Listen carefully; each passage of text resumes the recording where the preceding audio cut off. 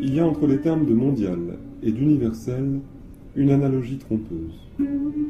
L'universalité est celle des droits de l'homme, des libertés, de la culture, de la démocratie. La mondialisation, c'est celle des techniques, du marché, du tourisme, de l'information. La mondialisation semble irréversible, alors que l'universel serait plutôt en voie de disparition.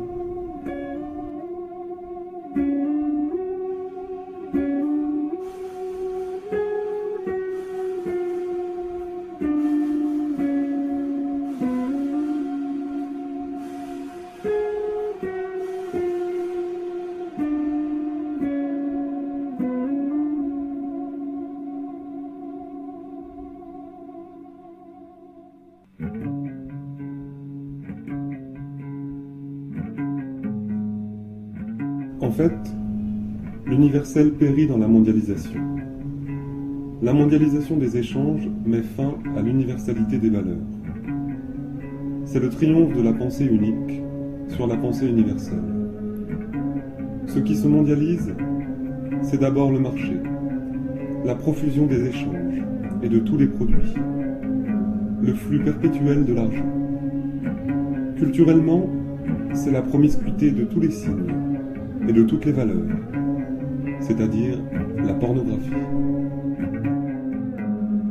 L'universel était une culture de la transcendance, du sujet et du concept, du réel et de la représentation.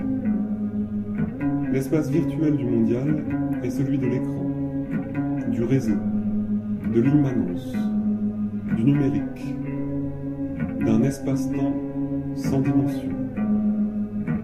Dans l'universel, il y avait encore une référence naturelle au monde, au corps, à la mémoire, une sorte de tension dialectique et de mouvement critique qui trouvaient leur forme dans la violence historique et révolutionnaire.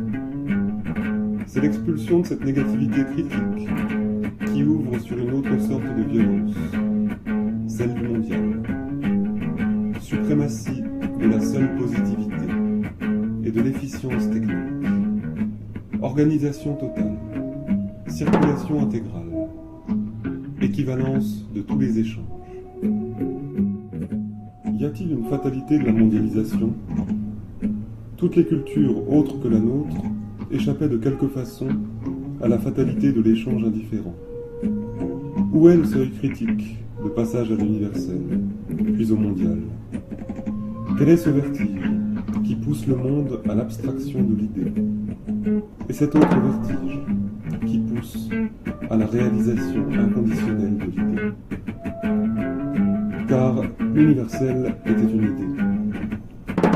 Lorsqu'elle se réalise dans le mondial, elle se suicide comme idée, comme fin idéale. L'humain devenu seule instance de référence, l'humanité immanente à elle-même, ayant occupé la place vide du Dieu mort. L'humain règne seul désormais, mais il n'a plus de raison finale. N'ayant plus d'ennemis, il le génère de l'intérieur et sécrète toutes sortes de métastases inhumaines. De là cette violence du mondial, violence d'un système qui traque toute forme de négativité.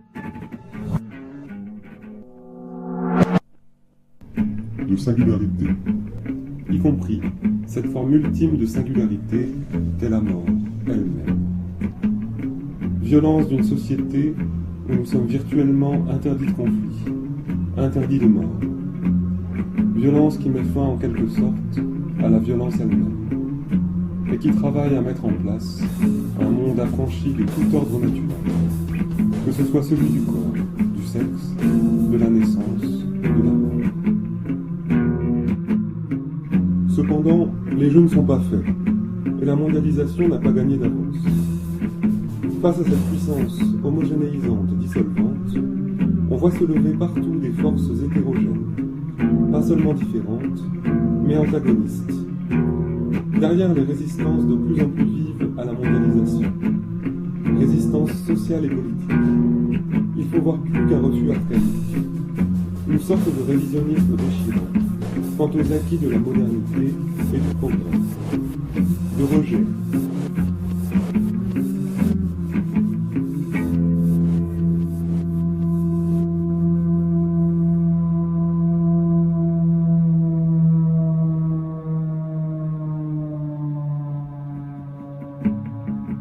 Cette résurgence peut prendre des aspects violents, anomaliques, irrationnels, au regard de notre pensée éclairée. Des formes collectives ethniques, religieuses, linguistiques, mais aussi des formes individuelles, caractérielles ou névrotiques. Ce serait une erreur que de condamner ces sursauts comme populistes, archaïques, voire terroristes. Tout ce qui fait d'événement aujourd'hui le fait contre cette universalité abstraite, y compris l'antagonisme de l'islam aux valeurs occidentales. C'est parce qu'il en est la contestation la plus véhémente qu'il est aujourd'hui l'ennemi numéro un.